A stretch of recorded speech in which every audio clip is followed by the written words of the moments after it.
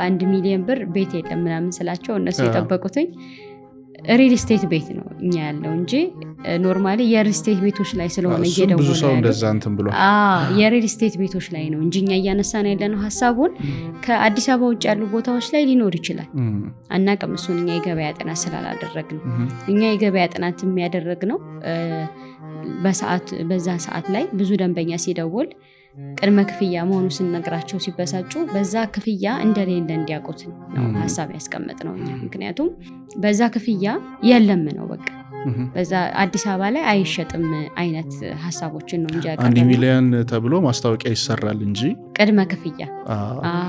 ክፍያም እኮ አይሉም አብዛኛው ሲያስተዋውቁ በ1 ሚሊዮን ብር ቤት ካገኛችሁ ምናምን እኛ እንሸጥላችኋለን ምናምን ይላል ሰው ይሄዳል ከሄደ በኋላ ግን ቅድመ ክፍያ ነው 10% ወይም የቤቱ የተወሰነ ፐርሰንት እንደሆነ ስንነግረው ሰው ዲስአፖይንትድ ይሆናል ልክ ነው ግን በዛ ዋጋ እነሱም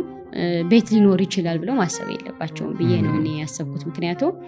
ወጪ አለ በጣም ብዙ ወጪዎች አሉት ሲሰራ ያው ቤት ሰርቶ የሚያቅሰው በደንብ ስለሚያውቃቸው እነሱን ነገሮች ብዬ አስባለሁ ስቲል አሁን ቦታ እንኳን አናገኝም በዛ ዋጋና አይ ቲንክ ሚስ አንደርስታንዲንግ ተፈጥሯል ብዬ ስላሰብኩኝ ነው ያነሳሁት ሐሳቡንና እኛ ያነሳነው አዲስ አበባ ላይ ያለው